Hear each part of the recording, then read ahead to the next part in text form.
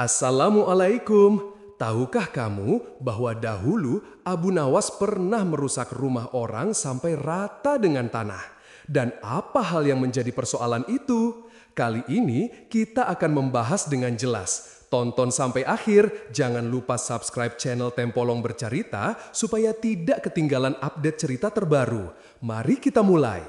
Pada suatu sore, ketika Abu Nawas sedang mengajar murid-muridnya, ada dua orang tamu datang ke rumahnya. Yang seorang adalah wanita tua penjual kahwa, sedang satunya lagi adalah seorang pemuda berkebangsaan Mesir.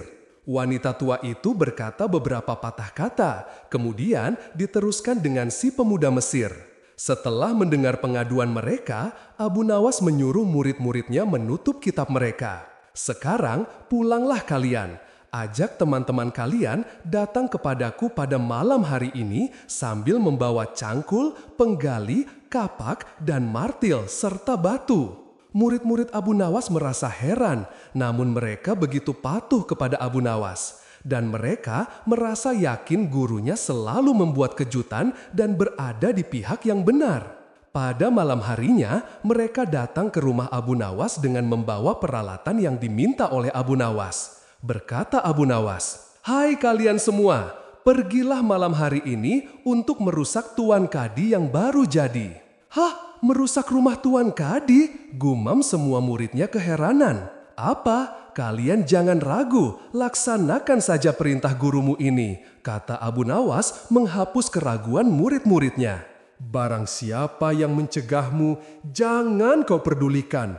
Terus pecahkan saja rumah Tuan Kadi yang baru. Siapa yang bertanya, katakan saja, aku yang menyuruh merusak.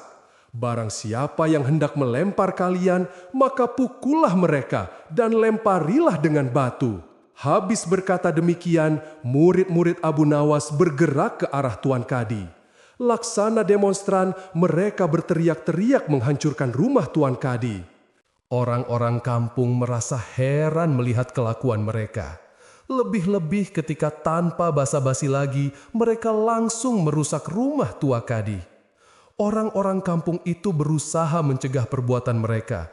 Namun karena jumlah murid-murid Abu Nawas terlalu banyak, maka orang-orang kampung tak berani mencegah. Melihat banyak orang merusak rumahnya, Tuan Kadi segera keluar dan bertanya, "Siapa yang menyuruh kalian merusak rumahku?"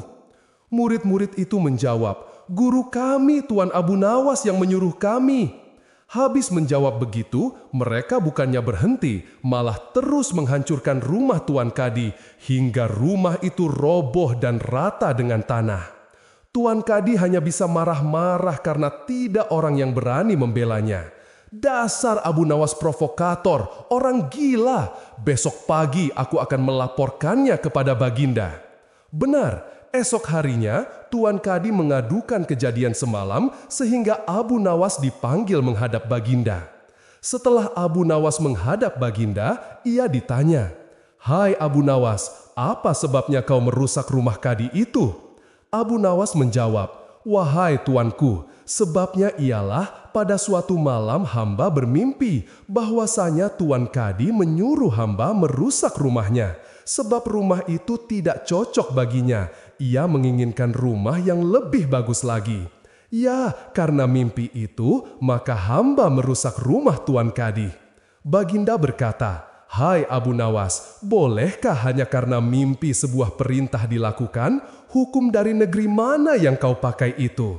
Dengan tenang Abu Nawas menjawab, "Hamba juga memakai hukum Tuan Kadi yang baru ini, tuanku." Mendengar perkataan Abu Nawas, seketika wajah Tuan Kadi menjadi pucat. Ia terdiam 1000 bahasa.